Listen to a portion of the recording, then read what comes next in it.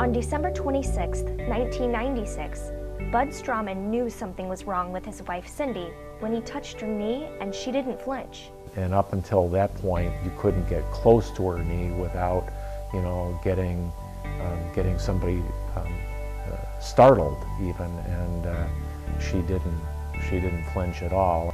Cindy was diagnosed with MS earlier that day, but it took that simple motion to know this was real.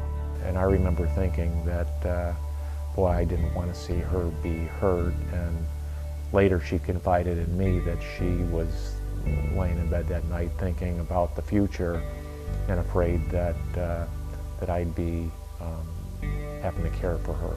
17 years later, Bud and Cindy are very thankful Cindy's MS has not progressed as much as they once feared. Part of the reason is my wife's attitude, and part of it really is that there's a lot more hope for people. There's ways to treat this that at least give you a fighting chance, and not everybody has been as lucky as we are. In fact, Bud can only recall Cindy being down on herself one time since her diagnosis in 1996. And I knew it when it was happening. She was coming down the stairs in the morning from getting ready to go to work. And as I heard her come down the stairs, I could just tell.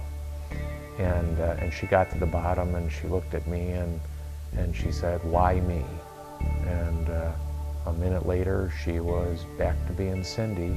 Bud became a bike champion in 2005 when he rode in his first Bike MS.